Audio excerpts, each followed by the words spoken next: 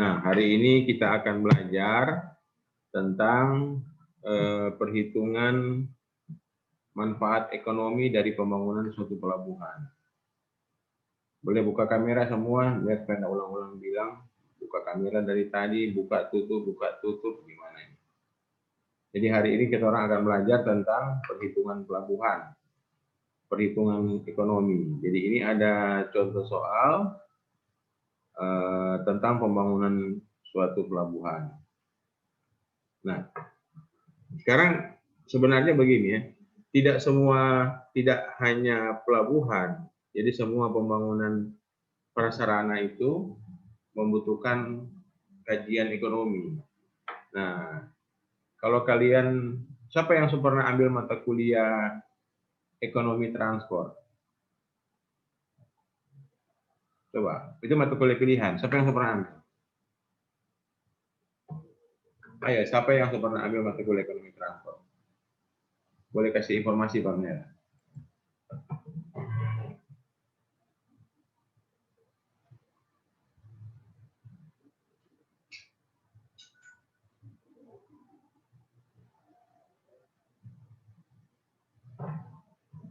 Ada yang pernah ambil mata kuliah ekonomi transport? Kalau Immanuel pernah ambil belum? Kita belum, Net. Belum. Bella kan, Bella? Belum, Ner. Kalau apa ini, Egelin? Belum, Ner. Kevin, nah? Belum, Ner. Ini ada Saul. Saul buka kamera, sudah pernah ambil Saul? Belum, Ner. Nah, begini.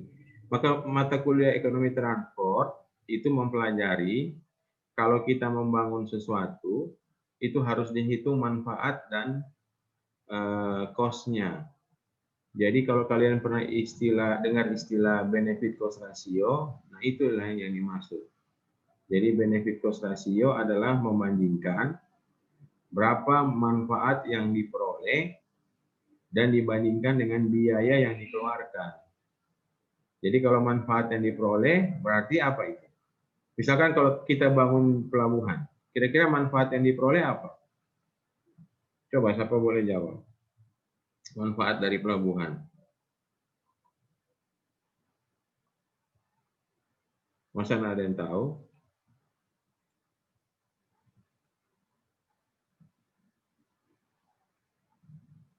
Coba kalau Kevin, apa manfaat pelabuhan?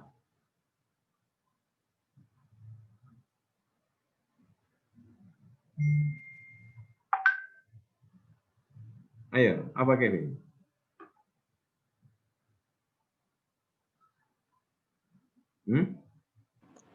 Manfaat dari pelabuhan, Ner, itu tempat untuk berlabuhnya kapal-kapal dan pemberian hentian kapal-kapal juga, Ner. Nah, itu memang manfaat. Tapi begini, ada manfaat yang ditinjau secara ekonomi, ada manfaat yang ditinjau secara finansial. Jadi kalau secara finansial, tadi kan Saul bilang, siapa ya? Kevin kan? Kevin bilang itu tempat berlabuhnya kapal-kapal.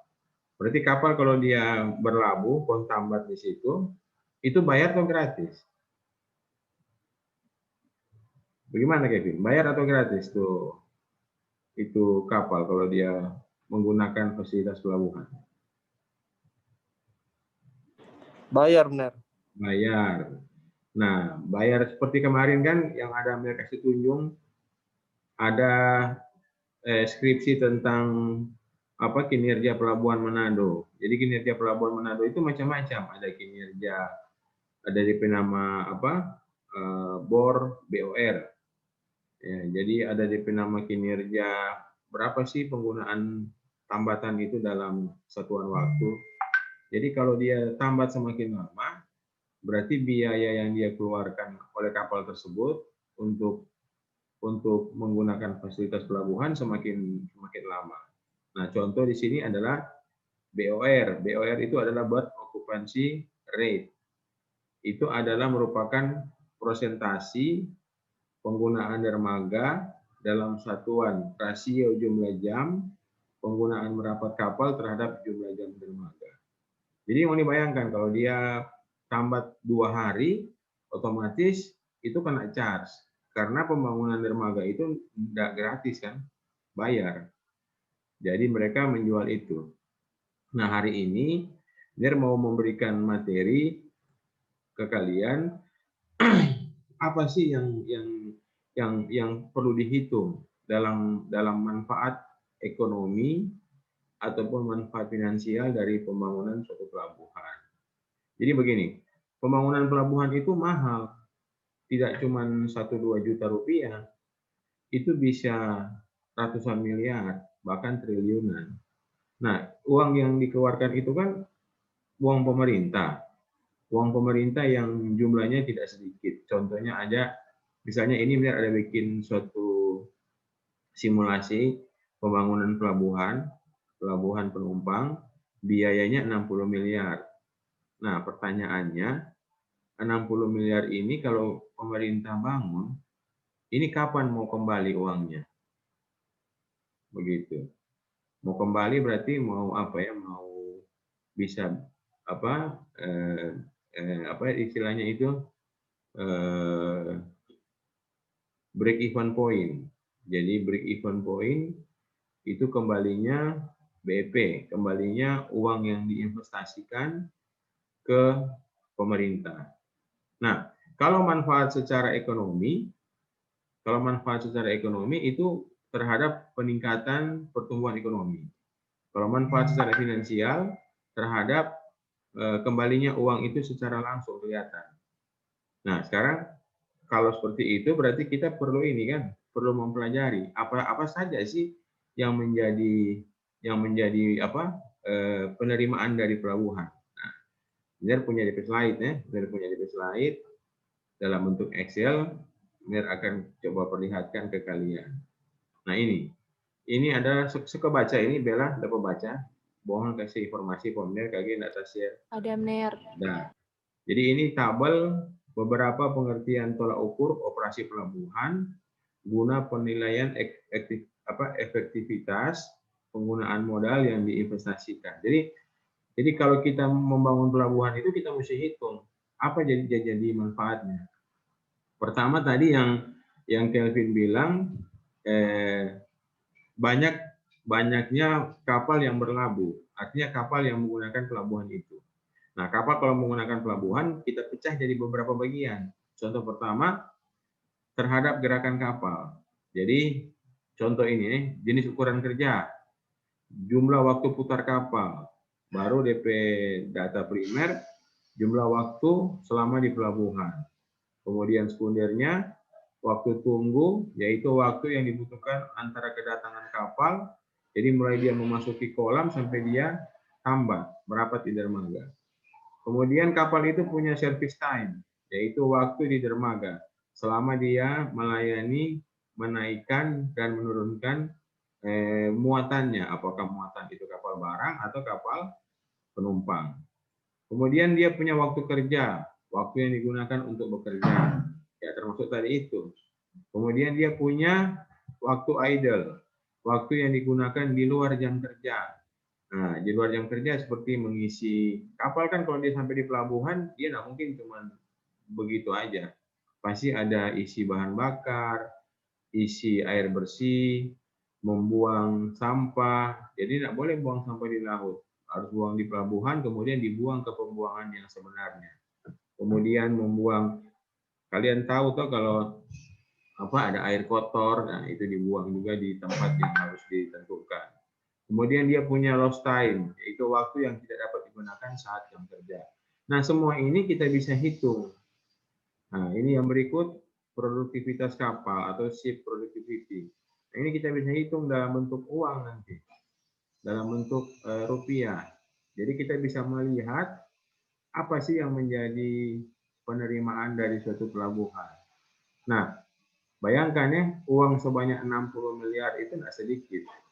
Nah, kalau dia diinvestasikan ke pelabuhan, itu kapan dia mau kembali? Bisa mengerti ya? Jadi ini ceritanya kita akan membangun pelabuhan dan kita akan menghitung berapa yang menjadi pemasukan dan atau penerimaan dan pengeluaran pelabuhan. Nah sekarang kalau kita bicara pemasukan berarti kita bicara pengeluaran. Sekarang kalau pengeluaran pelabuhan itu apa saja? Ayo kasih Bapak Menir, kasih bantu informasi. Yang menjadi pengeluaran pelabuhan itu apa saja? Nah, yang jadi pengeluaran pelabuhan ini lihat sini. Jadi kalau biaya pengeluaran atau cost ini mulai dari pelabuhan itu mau dibangun. Jadi pelabuhan itu mulai dari mau dibangun, dia sudah ada namanya biaya persiapan. Nah, biaya persiapan ini bisa berupa administrasi, kemudian biaya prastudi kelayakan. Ini ada tulis pra-FS. FS itu kepanjangan dari feasibility study. Kemudian ada biaya feasibility study. Kemudian ada biaya preliminary design. Preliminary design itu desain awal. Nah, jadi prosesnya itu panjang. Kalau seandainya dari FS, feasibility study, ternyata pelabuhan itu tidak visible, nggak jadi diteruskan, nggak akan jadi dibangun. Nah, di FS itu sudah ada kajian berapa sih pemasukan, berapa sih pengeluaran, adanya di sini. Nah, nanti ada contoh, saya kasih contoh, lihat contoh proyek yang menghitung FS pelabuhan. Kemudian kalau FS-nya menunjukkan visible, nah visible itu artinya apa? Visible itu artinya segala sesuatu yang merupakan cost pengeluaran harus lebih kecil dari penerimaan. Jadi penerimaan harus lebih banyak. Jadi penerimaan itu dihitung ya tidak cuma 1-2 tahun, tetapi harus misalkan sepanjang umur rencana. Umur rencana pelabuhan ya harusnya di atas 30 tahun. Nah, di sini dicontoh masa analisis ini. Kalau kalian dapat baca, ini ada tulis ya 40 tahun. Ini 40 tahun. Baru uang pembangunan pelabuhan itu 60 miliar. Nah, 60 miliar ini itu harus kita gunakan, kita asumsikan itu pinjam. Jadi kita punya pinjaman, ada bank yang memberikan investasi sebesar 60 miliar. Kemudian ini 60 miliar ini kita harus kembalikan kan? Kita harus kembalikan. Nah, kalau kita kembalikan total, itu kalau kita total selama 40 tahun, 60 miliar ini jadi 438 miliar. Karena apa? Kenapa jadi mahal sekali? Jadi berapa kali lipat? Ya, karena itu kan ada sistem bunga. Nah, jadi kalau kita bayar bunganya per tahun sekitar 10 miliar. Jadi pinjaman 60 miliar, bayar bunga per tahun 10 miliar selama 40 tahun. Nah, gitu. Nah, kenapa begitu? Ya, memang begitu. Kalau seandainya kita pinjam uang di bank, kita pinjam 10 juta, nah mungkin kita kembalikan 10 juta. Kita kembalikan pasti berkali-kali lipat, tetapi kita diberi tenor jangka waktu yang panjang. Di sini jangka waktunya sampai 40 tahun. Nah, setelah preliminary selesai, kemudian dilakukan DED. Di DED itu kita membuat gambar desain. Nah, pelabuhannya bagaimana? Yang seperti kalian lakukan sekarang. Jadi kalian kan sudah bikin gambar pelabuhan kan, lengkap. Jadi ada survei arah angin, kemudian ada survei geoteknik, ada survei arus, gelombang, pasang surut, dan sebagainya. Nah, setelah itu selesai, lahan juga sudah harus dipersiapkan. Artinya lahan yang kita pakai kan nggak gratis, tetap bayar begitu. Nah, sesudah lahan itu kita bayar, kita punya biaya pembangunan. Nah, biaya pembangunan di sini sekitar 59 miliar. Ini ada DP angka. Nah, ini biaya pembangunan ini nanti ada DP breakdown. Itu untuk apa saja sih? Nah, 59 miliar untuk apa saja? Nah, setelah biaya pembangunan kita punya biaya pengawasan. Nah, biaya pengawasan. Nah, setelah kita punya biaya pengawasan, nah pelabuhan itu kalau dia anggaran 60 miliar, menurut kalian boleh berapa lama itu bikin? Dalam suatu pembangunan, pelabuhan seharga 60 miliar. Apakah berapa tahun coba? Saul ada gambaran kira-kira berapa tahun tuh pembangunan? Nah, kalau lihat di sini, lihat di tabel ini soal kan dianggap tahun 2002. Tahun 2002 di masa studi. Ini tahun 2002. 2003 masa pembangunan. 2004 masih masa pembangunan. Jadi dianggap 2 tahun misalnya. Misalkan dibangun 2 tahun. 2005 pelabuhan tersebut mulai beroperasi.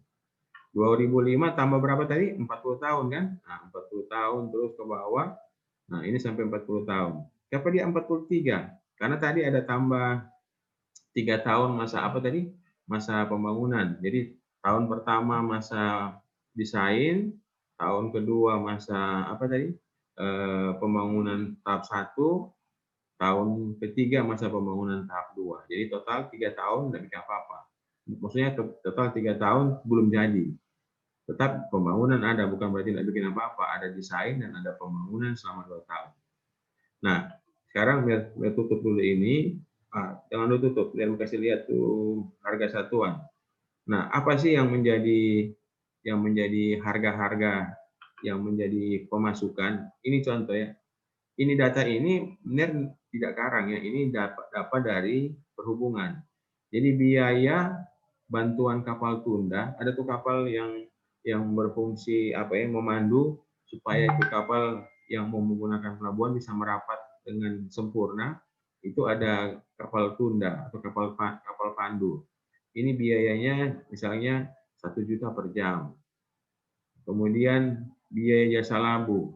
Tadi Kelvin bilang kalau dia kapal niaga ini harganya dapat yang murah, Rp52 per GT per kunjungan. Jadi kalau dia ada 30.000 GT kali saja 30.000 kali 52.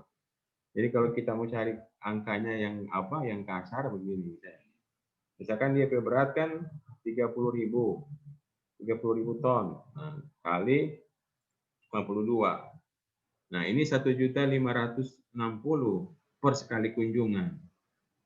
Nah, itu kan tergantung GT, gross tonnage. Kemudian ini ada juga kapal-kapal yang lain harganya seperti ini. Ini yang menjadi pemasukan. Termasuk biaya jasa labu, biaya jasa tambat, kemudian peti kemas kalau dia menggunakan fasilitas pelabuhan itu harganya ini 15.000 per box, per kotak peti kemas. Ini ada harga-harganya. Nah, ini yang jadi penerimaan. Nah, sekarang penerimaan ini kita kuantifikasi jadi seperti ini. Nah, ini contoh uang-uangnya. Boleh kalian lihat di sini toh, ada penerimaan. Nah, sekarang kita juga punya pengeluaran. Nah, punya pengeluaran. Pengeluaran dari pelabuhan itu apa coba? Coba siapa yang boleh bantu? Pembangunan dari pelabuhan itu apa ya? Tentu pengeluaran pembangunan secara keseluruhan. Pembangunan apa itu? Pembangunan dermaga, pembangunan gedung terminal, pembangunan kawasan gudang. Nah, itu yang tadi Mer bilang harganya sampai berapa? Sampai 60 miliar. Nah, setelah bangunan tersebut terbangun, tidak hanya sampai di situ. Masih ada juga pengeluaran yang lain, yaitu biaya pengeluaran berupa manajemen di pelabuhan. Ingat ya, pelabuhan itu beroperasi tidak gratis. Ada gaji-gaji yang mesti dibayar. Gaji-gaji para staf pegawai pelabuhan. Kalau kapal tunda itu atau kapal pandu itu kapal yang dimiliki oleh pelabuhan. Jadi gajinya dari nakoda, ABK kapal yang memandu kapal yang masuk ke pelabuhan dibayar oleh pelabuhan. Kemudian biaya pengeluaran listrik, kemudian biaya dari gaji kepala pelabuhan itu sendiri. Nah, kemudian ada lagi biaya, di samping biaya operasional, ada juga biaya perawatan. Kalau dia rusak, nah dermaganya itu ada hitungan-hitungannya sendiri. Ada perawatan dermaga, breakwater, tambatan, rambu navigasi. Nah, itu yang kita sebut dengan biaya-biaya. Kemudian ada biaya juga perbaikan untuk barang bergerak dan tidak bergerak. Kalau barang bergerak, contohnya kendaraan. Administrasi pelabuhan itu yang kita ketahui dengan Syah Bandar, mereka juga punya kendaraan. Kendaraan operasional untuk kelancaran selama melaksanakan operasional pelabuhan. Nah, semua biaya-biaya ini kita hitung. Mana yang menjadi pemasukan, mana yang menjadi pengeluaran, kita hitung semua. Nah, kalau yang ini, yang tadi sewa-sewa. Yang tadi sewa-sewa, ini baca dari buku yang diterbitkan oleh Kementerian Perhubungan. Nah, kemudian punya juga matriks perencanaan pelabuhan. Nah, yang kita rencanakan itu yang seperti kalian buat sekarang itu seperti ini. Nah, ini contoh. Yang ini bagian dari pelabuhan, yang kita bangun itu apa saja. Ada kolam pelabuhan, pemecah gelombang, kolam putar, kolam dengan dan bagian yang dihitung dengan kedalamannya, pintu masuk keluar kapal, tempat buang sau, dermaga, kedalaman lebar kolam pelabuhan, kemudian apron dan bepron, tempat bongkar muat barang, dan lapangan penumpukan ini. Kemudian gedung terminal penumpang, gedung administrasi pelabuhan, kantor polisi atau keamanan, satpam juga di sini, peralatan pendukung bongkar muat, gudang tertutup, open storage dan gudang tertutup dan terbuka, jalan raya, jalan rel, dan sebagainya. Nah, ini ada yang direncanakan. Yang direncanakan apa? Topografinya bagaimana, gelombangnya bagaimana. Nah, di sini ada matriks, jadi kita bisa lihat, oh kalau kolam pelabuhan berkenaan dengan apa? Oh ya, berkenaan dengan topografi, kita tandai sini. Jadi cara menandai, contoh merah kasih warna merah. Dia kolam pelabuhan itu perencanaannya, kegiatannya termasuk topografi, termasuk juga gelombang. Nah, topografi di sini batimetri ya. Kemudian kedalaman laut, kemudian pengaruh juga pasang surut, nah, pengaruh meteorologi, geologi, ya. Kemudian studi kelayakan juga dia direncanakan. Karena kolam itu mesti dihitung berapa biaya yang dibangun untuk kolam. Seperti itu. Nah, sekarang saya kasih contoh bagaimana suatu pekerjaan yang berhubungan dengan feasibility study pelabuhan atau studi kelayakan pelabuhan. Nah, di sini pernah ada suatu kegiatan untuk membangun trayek pelayaran Managabata. Nah, kalian pernah dengar istilah Managabata? Ada yang pernah dengar belum ini istilah Managabata? Managabata itu singkatan dari beberapa tempat. Ayo Bella boleh bantu apa itu Managabata? Pernah dengar? Bella, Misalnya, jadi kita akan menghitung feasibility study atau studi kelayakan dari suatu proyek tentang pembangunan lintas penyeberangan. Nah, ini biar kasih share screen. Boleh kalian lihat dan komentari ya.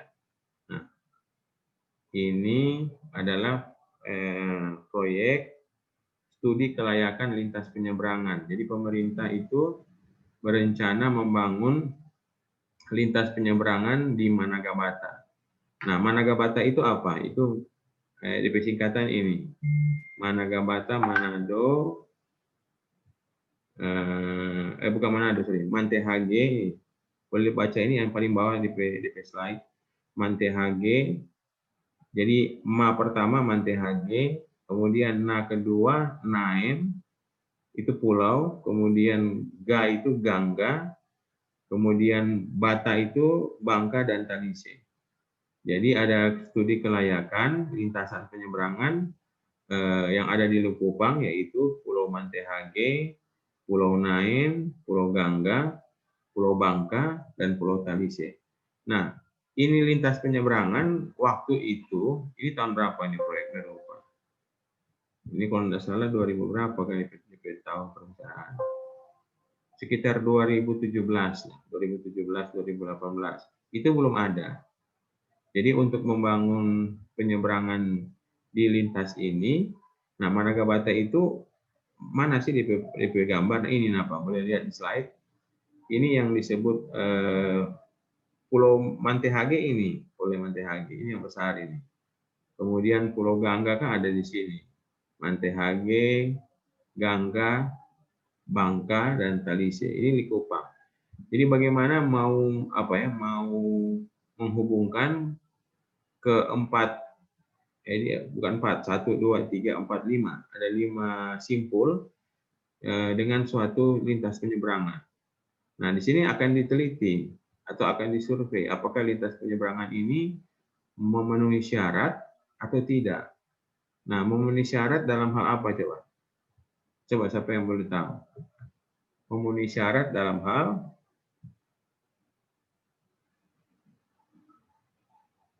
jumlah penumpang. Jadi jumlah penumpang yang nanti akan naik di rute ini apakah memenuhi syarat atau enggak. Kalau tidak memenuhi syarat, ya tidak usah dibangun, enggak jadi. Gitu. Kalaupun ada memenuhi syarat, mana yang boleh? Mungkin tidak 55 kita bangun keterhubungan 55. Karena kalau kita bangun keterhubungan 55, logikanya nanti kita bangun 5 pelabuhan. Jadi di Mantai Hage kita bangun pelabuhan, di Pulau Nain kita bangun pelabuhan, di Gangga kita bangun, di Bangka kita bangun, di Talise kita bangun. Misalnya nanti hasil studi tidak ada yang tidak visible. Di pulau ini tidak banyak. Jadi nak dibangun. Mungkin pulau lainnya hilang karena kurangnya pergerakan. Nah, untuk mendapatkan data pergerakan itu, mendapatkan potensi penumpang, kita pakai survei apa itu di Penang?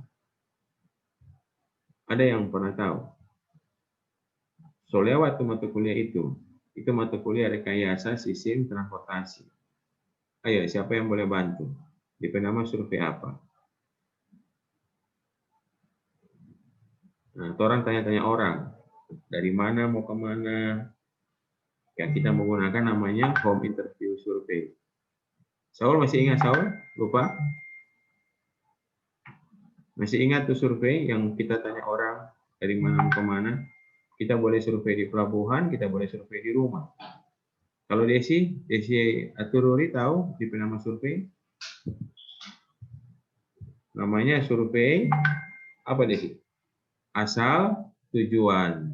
Jadi kita menanyakan orang dari mana mau ke mana. Ini kasih contoh.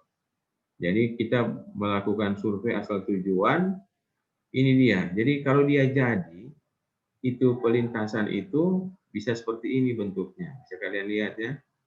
Jadi Likupang itu jadi pusatnya. Likupang jadi pusatnya, kemudian dia akan melakukan keterhubungan lewat penyeberangan seperti ini.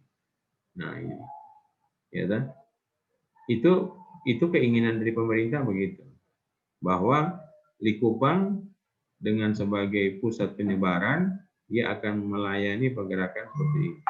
Nanti data dari survei asal tujuan akan berkata lain. Nah, nanti boleh lihat ini. Nah, terus di sini. Di sini setelah hasil survei, ternyata orang yang ada di Kepulauan Mantai Hage, mereka lebih cenderung memilih Manado sebagai tujuan perjalanan. Padahal tadi di idenya di Kupang jadi inti. Dia bilang kalau dia mau belanja ke Manado, kalau dia mesti ke Likupang nanti naik mobil lewat darat ke Manado, itu biaya perjalanan jauh lebih mahal dan waktu lebih lama. Jadi ternyata Manado masih menjadi pusat tujuan pergerakan dari orang-orang yang ada di kepulauan. Jadi kalau dia ada di Mantai Hage, karena Mantai Hage posisi secara geografis dekat ke Manado, dia punya trayek kapal, kalaupun mau dibangun, dia bilang bukan ke Likupang, tapi ke Manado. Tetapi kalau orang yang ada di Nain, Bangka, Talise, karena jauh perjalanan lautnya, lebih enak ke Likupang. Setelah di Likupang baru kalau dia ingin ke Manado, baru via darat. Nah, itu yang terjadi. Itu ada data survei. Nanti boleh dilihat data survei yang keluar. Nah, ini yang ada di Pulau Mantai Hage itu seperti ini. Jadi mereka mau keterhubungan penyeberangan itu tidak cuma Mantai Hage ke Likupang, tapi juga Mantai Hage ke pulau-pulau yang tadi, atau Mantai Hage ke Manado. Nah, ini seperti ini. Nah, yang sekarang ini mereka bukan berarti belum ada dermaga. Mereka sudah berpergian ke Manado, ke Likupang, tetapi menggunakan dermaga apa adanya. Seperti ini. Ini dermaga existing yang ada di sana. Jadi pemerintah mau membangun dermaga seperti yang kalian bikin di tugas, tapi tidak sebesar itu. Minimal bisa ditambah 1 kapal atau 2 kapal. Nah, kalau ini kan dermaga, boleh dibilang dermaga darurat, artinya dermaga yang belum dibilang layak untuk penyeberangan. Contoh di sini perhatikan, dia tidak ada tambatan, kemudian kolam pelabuhan pun tidak memiliki kedalaman yang cukup. Bahkan untuk kapal yang kecil ini kandas. Jadi ini yang existing ini, kalau pemerintah mau membangun seperti tadi di contoh di Excel, bikin DP tambatan, bikin DP dermaga, itu kan ada biaya. Per pelabuhan itu berapa saja. Apakah biaya nanti yang dikeluarkan akan kembali dengan jumlah penumpang yang banyak. Kalau penumpangnya sedikit ya tidak visible. Nah, itu yang dimaksud tadi, kelayakan ekonomi diperlukan untuk menentukan. Ini contoh lagi, yang ini adalah angkutan darat di Pulau Mantehage. Jadi Pulau Mantehage itu pelabuhan kan kalau kita bangun harus ada hinterland.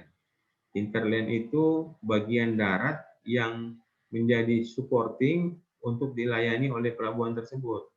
Jadi kalau di pulau itu sudah ada jalan. Nah, ini jalannya jalan pakai pekerasan semen. Kalau kita mau bilang pekerasan rigid, ya rigid, tapi rigid tidak standar. Karena ini cuma coran biasa. Kalau pekerasan rigid yang standar kan, mesti menggunakan beton mutu karakteristik beton di atas 300. Nah, ini ya cuma coran biasa. Bahkan ada yang tidak pakai batu, cuma pasir dan semen. Ya, kalau dibilang pekerasan rigid, ini rigid betul, tapi tidak standar. Kemudian lanjut, ini masih di Pulau Mantehage. Nah, di ibu kota desanya kan ada ibu kota. Itu dibuat dari paving stone atau dari batu paving block. Jadi sudah kendaraan cuma 1 atau 2, motor paling banyak. Nah, inilah yang akan kita layani kalau kita bangun dermaga di Mantehage. Berapakah jumlah penumpang orang yang akan menggunakan itu? Nah, kita lakukan dengan survei asal tujuan. Kemudian ini juga kondisi jalan di Mantehage. Ini kondisi prasarana umum, ada kantor kecamatannya, kemudian ada kantor lurahnya, ada puskesmas, ada PLN. Kalau PLN di pulau ini pakai apa coba? Siapa yang tahu? Orang ada PLN dan listrik. Tapi listriknya apakah pakai apa? Sumbernya dari mana? Ada yang boleh tahu? Pernah dengar-dengar? Saul, pernah dengar Saul? DP listrik tentu bukan dari mana? Belum pernah dengar. Ya, DP listrik tentu bukan seperti itu orang. Kalau orang di Manado kan DP listrik dari PLTU yang di Amurang, pembangkit listrik tenaga uap menggunakan batu bara Amurang, atau PLTA Tanggari. Di sana hanya ada PLTA, tidak ada PLTU. Tidak ada pembangkit listrik tenaga air, tenaga uap, tidak ada. Yang ada pembangkit listrik tenaga diesel. Jadi listrik di sana boleh dibilang PLN mahal melakukan biaya operasional. Karena dia mesti membeli solar yang mahal harganya dibanding dengan pemasukan yang dia terima. Ya tapi begitu. Nah, mungkin kan daerah sana orang tinggalkan. Jadi mesti tetap ada operasional. Boleh dibilang PLN jual rugi kalau di daerah kepulauan begini. Kalau di Bunaken atau di Manado Tua, mereka sudah berganti ke PLTS, pembangkit listrik tenaga surya. Jadi listrik di sana banyak dipasok oleh tenaga surya. Tetapi tenaga surya untuk membeli panel dan peralatannya mahal, sehingga belum semua daerah dibangun seperti itu. Nah, ini lanjut, ini juga pasti prasarana umum di Mantehage, ada gereja, berbagai denominasi gereja. Kemudian ini tentang daerah kontur-konturnya, ketinggian tanah di Mantehage. Nah, kemudian Pulau Nain. Ini Pulau Nain, perhatikan. Jauh lebih kecil dari Pulau Mantehage. Kalau kita bangun pelabuhan di sini, apakah masih untung? Nah, tugas kita itu, mau menghitung berapa besar yang mau naik, berapa besar biaya yang akan kita keluarkan untuk pembangunan. Tentu tidak pelabuhan seharga 60 miliar seperti contoh tadi. Tentu pelabuhan yang sederhana. yang mungkin cuma satu tambatan, dua tambatan, cuma satu dermaga, ya mungkin anggarannya bisa cuma kurang dari 2 atau 3 miliar. Ini existing ya, existing di Pulau Nain. Ini dermaga existing. Dermaga existing, perhatikan kolamnya ini pada saat posisi surut cuma sekitar setengah meter sampai 1 meter. Jadi kalau ada kapal mungkin 50 GT aja pasti kandas, kecil kan, tidak bisa. Nah itu perlu dipikirkan kalau nanti ada kapal yang akan beroperasi di sana, kapal ukuran berapa? Apakah 500 GT atau 1000 GT? Karena ini mau melayani penyeberangan di 5 pulau tadi. Ini di Pulau Nain, ini yang ada di daratannya, kekerasan rigid juga. Ini ada SMP, ada SD di sana. Jadi kita mesti nilai berapa sih yang dia layani kalau ini dibangun pelabuhan. Nah ini di Pulau Nain. Nah ini di Pulau Gangga. Pulau Gangga juga agak lebih kecil seperti ini. Tapi bukan berarti pulau kecil ini ada yang tinggal, ada. Makanya itu kita harus fasilitasi. Nah ini yang ada di Pulau Gangga. Ini kapal existing yang ada waktu itu. Jadi dia melayani sampai ke Likupang. Dari Likupang, makanya di Likupang kalau kalian pernah ke Likupang ada pasar besar kan. Nah pasar besar itu merupakan pasar yang sering dikunjungi oleh masyarakat yang ada di sekitar pulau ini. Kemudian ini penyeberangan. Nah, ini DP rencana lokasi penyeberangan di sini. Seperti Mir bilang kan, kalau kita mau menentukan lokasi penyeberangan, kita tidak hanya menentukan satu titik saja. Kita harus harus melihat juga beberapa lokasi yang lain. Ini contoh bagaimana persarana darat. Ini ada air bersih di sana sudah. Lihat kekerasan rigidnya pecah-pecah, retak. Padahal tidak ada kendaraan. Nah, dia retak banyak faktor. Apakah karena tanah dasar kurang bagus, atau dia karena muai susut, tidak ada berbentuk kalau seperti Mir ajarkan kan harusnya ada slab-slab beton supaya kalau dia muai susut bisa terakomodir. Nah ini ada listriknya juga. Nah, ini Pulau Gangga, ini Pulau Bangka. Nah Pulau Bangka itu agak besar sekarang. Ini Pulau Bangka. Ini fasilitas existingnya. Nah ini dia tinggi sekali. Kalau kapal kecil nggak bisa ini, mesti ada tangga. Ini terminalnya, terminal pelayaran rakyat atau taksi air yang ada di pelayaran Bangka ke Likupang. Jadi kalau mau pernah ke Pulau Bangka dari Likupang, ini DP terminal. Nah ini pemerintah rencana mau membuat yang lebih permanen, lebih bagus. Tapi sebelum pembangunan itu diterapkan, kita uji dulu kelayakannya. Apakah banyak penumpang yang menaik? Ini juga ada SD-SD. Ini Pulau Talise. Pulau Talise memanjang begini. Nah ini DP prasarana pelabuhan. Ini kalau dia air surut atau orang sana bilang nyare, nah kelihatan tuh jauh sekali untuk naik kapal ini jauh karena kapal kalau masuk ke sini sudah kandas, tidak bisa lagi. Nah, ini persarana angkutan darat existing di Talise. Ini jalannya, ini ada saluran. Jadi kendaraan juga di sana belum ada, cuma ada motor, roda 2. Nah, kemudian ini data penduduk. Nah, ini sisi Likupang. Likupang itu kan daratan Sulawesi. Ini yang menjadi inti. Jadi rencana Likupang ini jadi pelabuhan menghubungkan ke 5 lokasi yang lain. Nah, ini dia ada di Kabupaten Minahasa Utara. Nah, kemudian lanjut. Nah, kondisi di Likupang sendiri yang Mir bilang dekat pasar itu belum ada dermaga. Ini kondisi tambatan existing. Jadi masyarakat kalau mau naik turun kapal, dia mesti basah kakinya karena ada dermaga. Cuma berupa pantai begini. Jadi dia ini pergerakan existing. Nah, kemudian ini ada pelabuhan penyeberangan di situ, tapi posisinya bukan di daerah pasar tadi. Nah, pelabuhan penyeberangan yang ini difungsikan bukan untuk keempat pulau tadi. Dia untuk yang jauh ini. Ini pelabuhan penyeberangan yang ada di Likupang, ini ke Balikpapan. Ini kapal feri besar yang mengangkut kendaraan.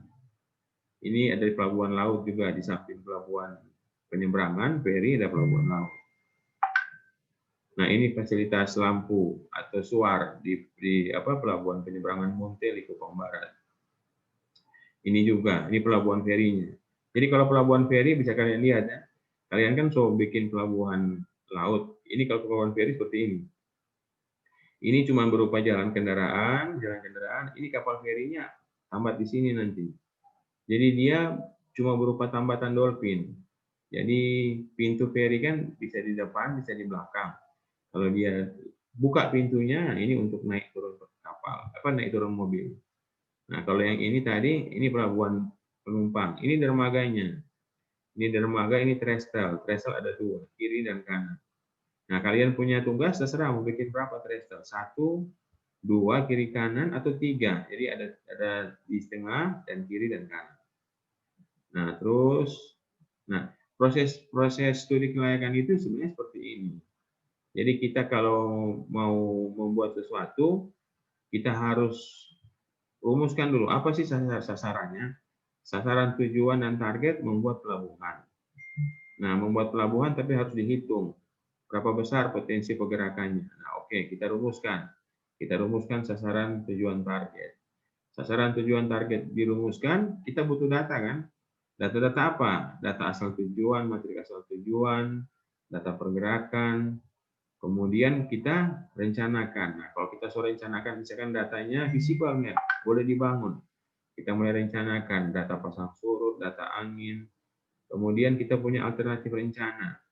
Ini rencananya Mir di 3 lokasi, 3 alternatif. Tapi kita pilih nanti cuma 1. Nah, 1 yang terbaik, itu yang alternatif terbaik, ini apa dia? Setelah dia jadi alternatif terbaik, dia masih butuh data juga, baru dirancang. Setelah rancang selesai jadi gambar, seperti kalian kan karena bikin tugas sudah digambar-gambar kan. Nah, ini sudah digambar, semua siap dibangun. Semua siap dibangun. Nah, ini pelaksanaan ini maksudnya pembangunan fisik, pembangunan pelabuhan. Nah, selama pembangunan pelabuhan, ada aja yang kurang. Oh, kurang ini kita lengkapi, kurang ini kita lengkapi. Dan kita evaluasi. Oh, ternyata Mir kemarin ada desain nggak pakai breakwater. Ternyata setelah dalam pelaksanaan tuh ombak kuat. Yang kita desain kemarin mungkin kecepatan angin tidak yang maksimal. Ternyata kecepatan angin yang maksimal itu di bulan ini. Di bulan ini ombaknya besar. Nah, kita evaluasi. Berikut kita mesti rencanakan breakwater. Nah, begitu. Jadi suatu perencanaan itu demi kesempurnaan suatu pelabuhan semakin baik itu tidak pernah berhenti. Seperti daur ulang begini. Jadi ini adalah proses daur yang berulang-ulang atau cycle demi perencanaan itu menjadi bangunan yang lebih baik. Contoh Pelabuhan Manado. Kalau kalian pernah ke Pelabuhan Manado, lihat Pelabuhan Manado itu dulu sering terjadi sedimen atau pengendapan. Siapa orang Sangir sini coba? Orang Sangir atau orang Telaut? Nggak usah malu-malu. Siapa orang Sangir, Telaut atau Siau? Mir pernah pergi di kepulauan itu. Coba siapa yang pernah? Silakan, siapa yang boleh berbagi pengalaman? Desi orang mana Desi? Papua, Papua Barat. Kalau yang Mir mau tanya siapa yang pernah naik kapal di Pelabuhan Manado? Jimmy pernah, Jimmy? Kita pernah. Hah? Pernah, benar. Mana Jimmy oke itu? Naik kapal dari Manado mau ke mana? Ada ke laut, benar. Kemana? Ke laut. Ke laut. Waktu naik, Mir boleh tanya, waktu naik dari dermaga atau pakai perahu? Pergi di itu kapal ada di Dari dermaga, benar. Dari dermaga. Kalau dari dermaga berarti posisi waktu itu DP kedalaman cukup untuk dia tambah. Nah, Mir pernah pada suatu saat, Mir lupa tahun berapa, itu DP kedalaman tidak cukup. Pas air surut terendah. Dan pada saat itu sudah sekian tahun tidak ada pengerukan. Nah, pertanyaan, kenapa Manado itu sering sekali kok terjadi sedimentasi? Coba, siapa boleh jawab? Bitung nggak pernah ada sedimentasi, toh? Karena Bitung kedalaman kan jauh. Kalau Manado, kenapa sering ya? Ada yang boleh bantu? Kalian siapa kalian? Jimmy. Siapa Jimmy?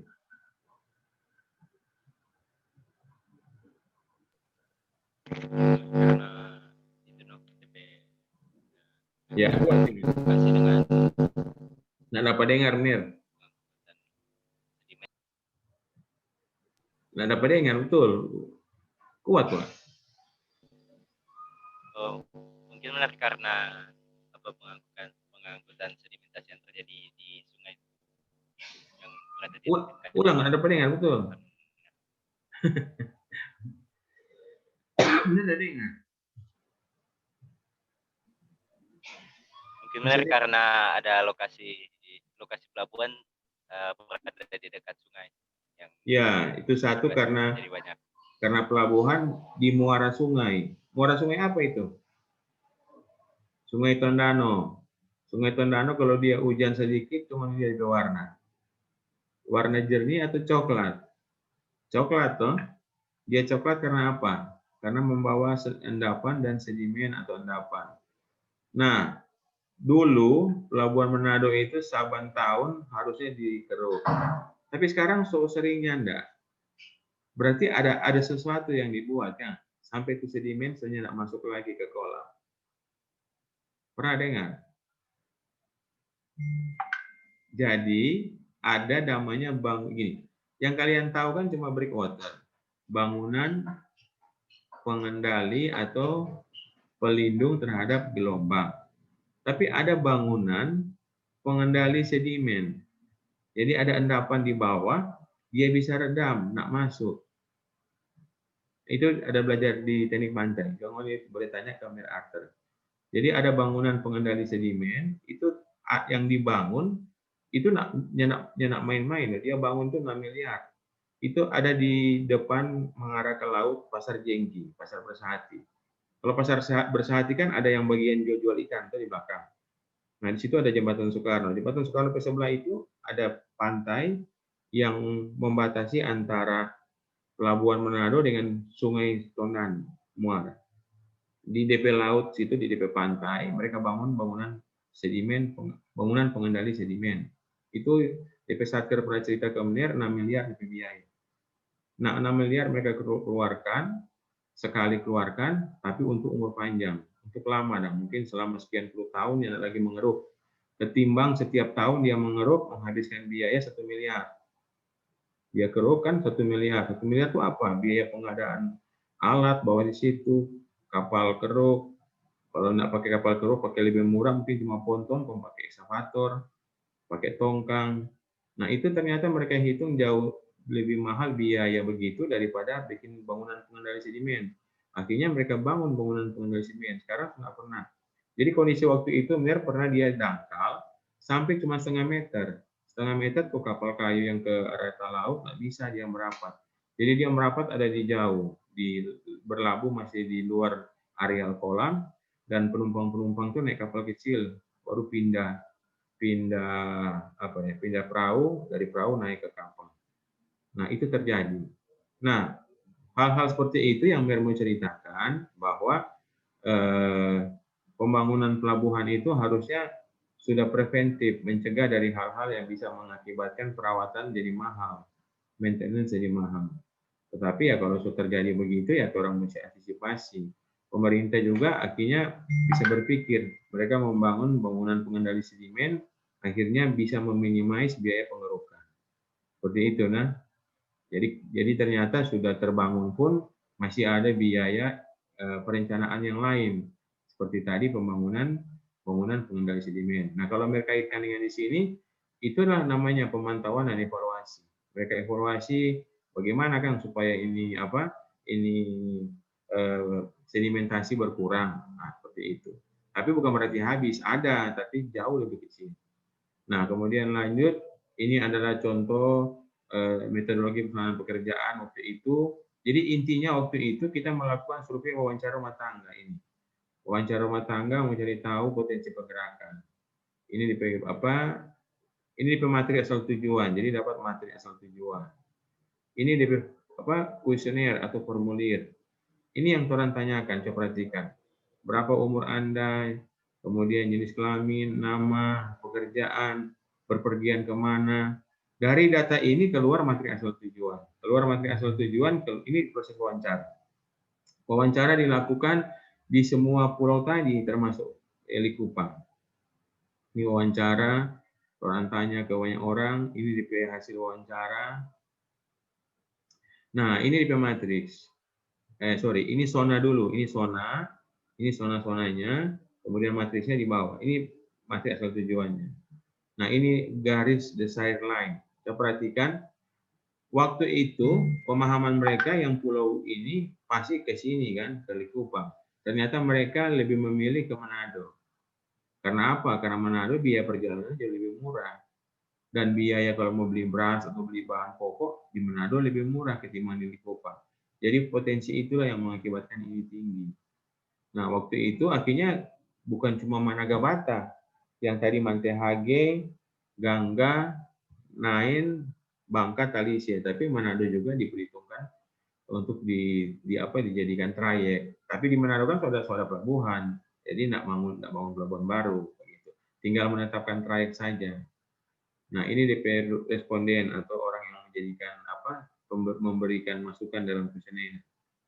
Nah, kuesioner di sini cuma sampel saja ya, bukan populasi. Kalau populasinya ada 1.000 orang, kita ambil sampel 20%, berarti 200 orang. Seperti itu. Ini yang direncanakan seperti ini. Tapi kenyataan kan kejadian nggak seperti itu. Jadi mereka yang dari sini justru mau ke Manado. Nah, oke, sudah ini terus. Nah, sekarang yang kita bahas itu apa? Yang kita bahas itu adalah ini. Sudut kelayakannya dari ekonomi dan finansial. Kalau ekonomi itu dari sudut pandang pemerintah. Pemerintah menganggap pembangunan ini meningkatkan perekonomian masyarakat. Ya, oke. Nah, kalau dari sisi finansial, yang mengoperasikan pelabuhan ini siapa? Kondisi sekarang belum ada investor swasta yang berani beroperasi di pelabuhan-pelabuhan kecil seperti itu. Karena biaya hitung pemasukannya kecil. Nah, beda dengan investor yang beroperasi di bandara udara atau beroperasi di stasiun kereta atau apa, itu mereka berani membangun. Atau di jalan tol, mereka bangun jalan tol, mereka kelola, mereka berpikir akan break even point, akan kembali nanti pada tahun-tahun berikut. Nah, ini ada ukuran kriterianya. Kalau NPV ini net present value, BCR ini benefit cost ratio, EIRR itu internal rate return. Jadi kapan tingkat bunga itu akan ditentukan sehingga bisa break even point. Nah, ini Likupang Managabata yang inilah grafik benefit cost ratio. Jadi yang warna merah ini pengeluaran. Ini pengeluaran pertama biaya studi. Pengeluaran yang tinggi sekali ini biaya pembangunan fisik, konstruksi fisik atau kontraktor. Gitu. Ini yang kecil-kecil ini adalah biaya operasional atau pemeliharaan atau maintenance. Nah, ternyata biaya operasional itu banyak juga kalau hitung. Tiap tahun kan mesti keluar biaya operasional. Nah, kemudian kapan dia mulai mendatangkan manfaat atau memberikan pemasukan? Nah, ini memberikan pemasukan seperti ini. Nah, seperti itu. Nah, ini akhirnya dipilih jenis kapal itu adalah kapal seperti ini. Ukuran kapal adalah 300 GT. 300 GT itu tidak terlalu besar, karena 1000 GT aja kecil kan. Ini 300 GT. Kemudian panjang kapal 40 meter. Kemudian dia punya kedalaman yang draft 2 meter. Jadi kalau kita bikin kolam pelabuhan dan kolamnya tadi cuma kecil, ya pasti kandas. Ya.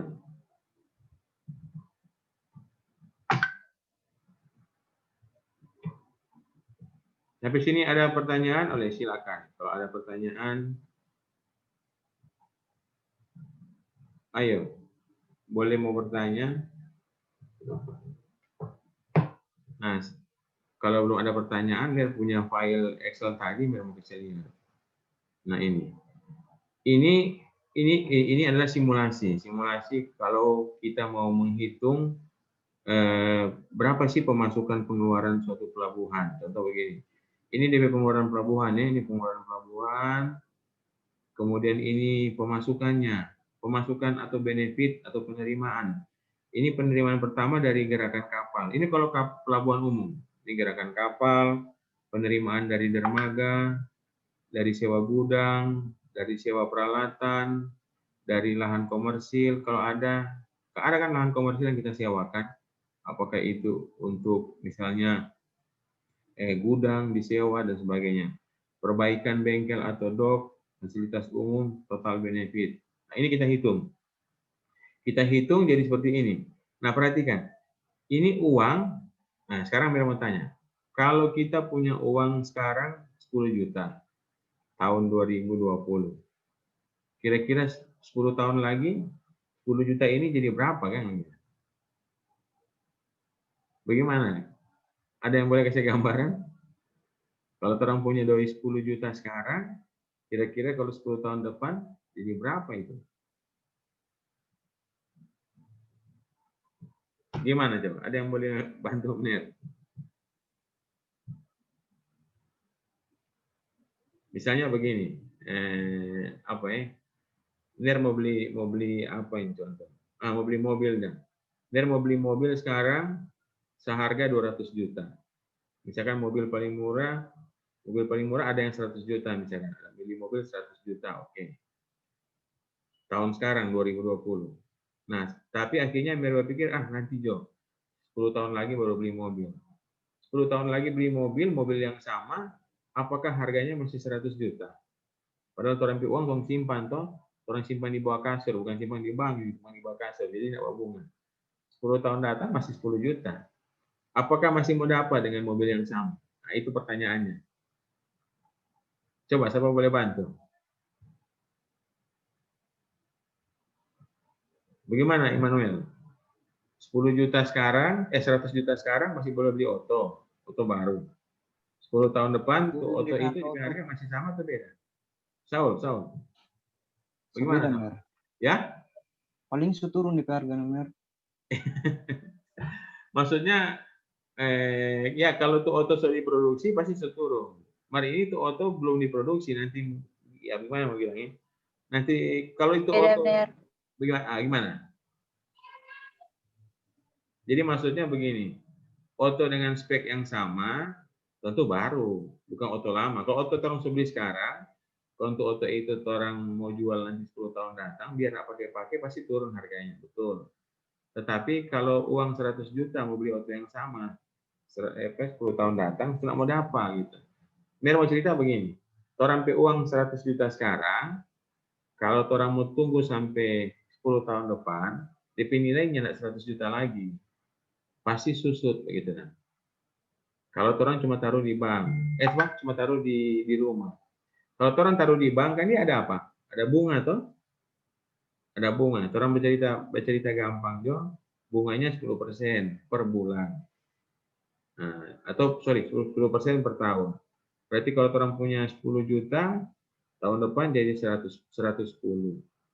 Nah, secara logika aja, kalau dia selama 10 tahun berarti 100 juta jadi 200 juta, gitu. Nah, tetapi orang tahu bunga bank itu jauh lebih tinggi dari nilai yang ada di luar. Jadi di luar itu pasti DP pengurangan nilai jauh lebih besar. Jadi boleh cerita bahwa uang yang kita punya sekarang walaupun simpan di bank tetap masih kalah.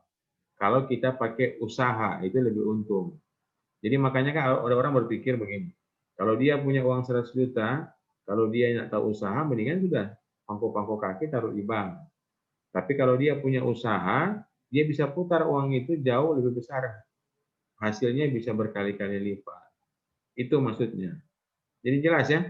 Jadi yang mau cerita, kalau seandainya kita mau bangun pelabuhan, kita mau bangun pelabuhan sekarang, kita pakai uang kan, uang seharga 60 miliar contoh.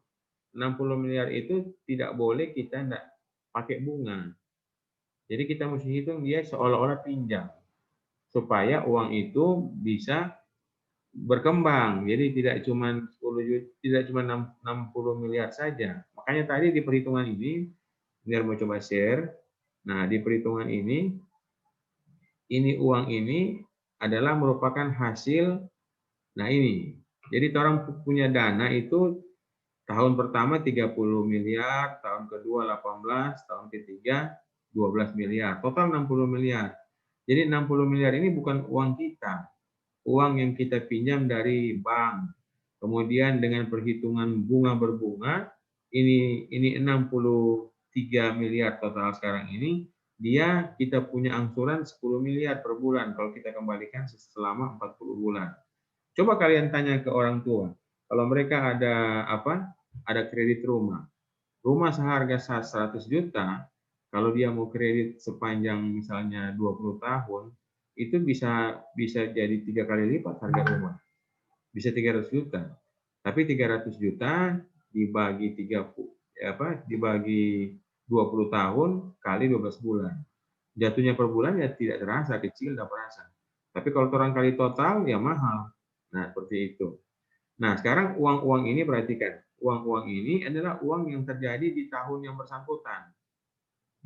Ini uang yang terjadi di tahun yang bersangkutan. Saya kasih contoh. Ini tahu perumahan BTN yang ada di PLN Bahu, dekat kampus. Dekat kampus kan ada perumahan BTN PLN, toh? Pernah dengar itu?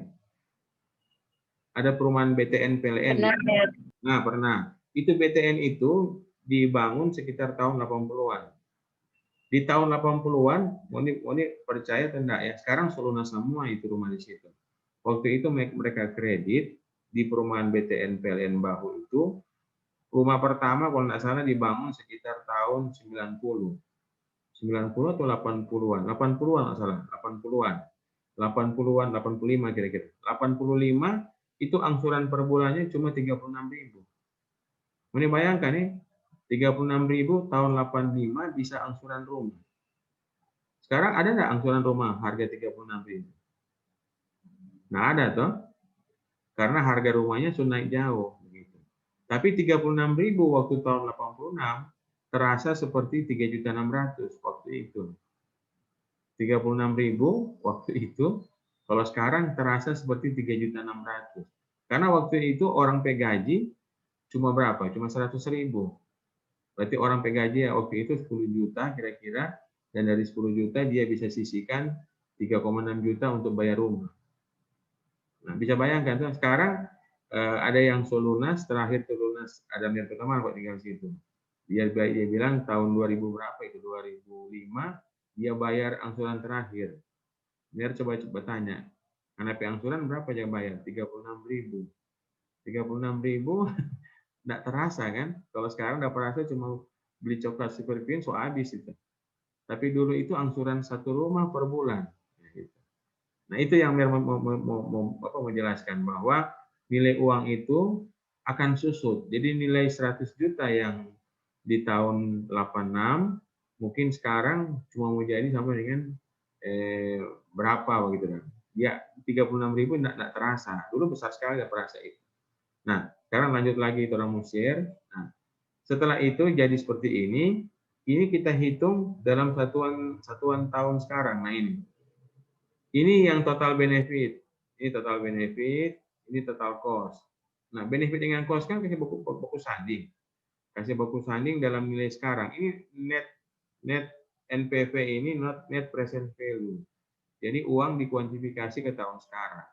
Setelah dikuantifikasi ke tahun sekarang, ini nilai BCR-nya. Ini nih, benefit cost ratio. Nah, BCR, benefit per cost. Jadi semua pengeluaran, benefit, semua pemasukan dibagi dengan semua pengeluaran. Dapat 1. Nah, kalau dia berpotongan seperti ini, ada grafik merah dengan ini. Ini DP nilai IRR.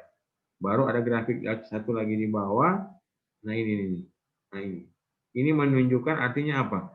Artinya pelabuhan itu nanti pada tahun keberapa ini? 40 baru dia BEP. Uang yang diinvestasikan sebesar 60 miliar itu nanti akan kembali setelah pelabuhan itu beroperasi di tahun ke-40. Nah, tetapi ingat di tahun ke-40 bukan berarti pelabuhan itu hancur, enggak. Karena tiap tahun ada biaya pemeliharaan itu dibayar. Tiap tahun mereka bayar biaya pemeliharaan. Bikin. Nah, ini Mersosial di GCR, boleh kalian ambil, boleh kalian lihat.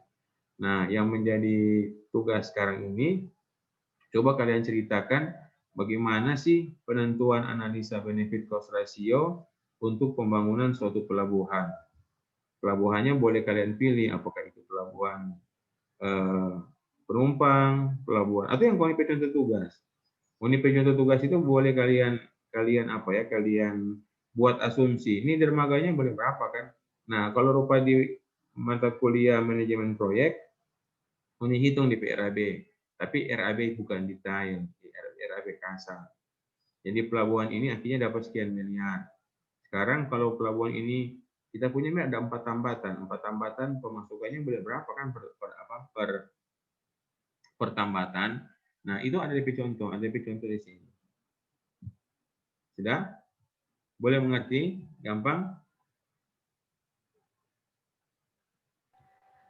Ya, nanti boleh bertanya, no, kalau seandainya ini share di GCR. Kalau seandainya ada yang merasa kesulitan dengan tugas, boleh bawa WA ke Manajer Theo, tanya, ini mau hitung bagaimana?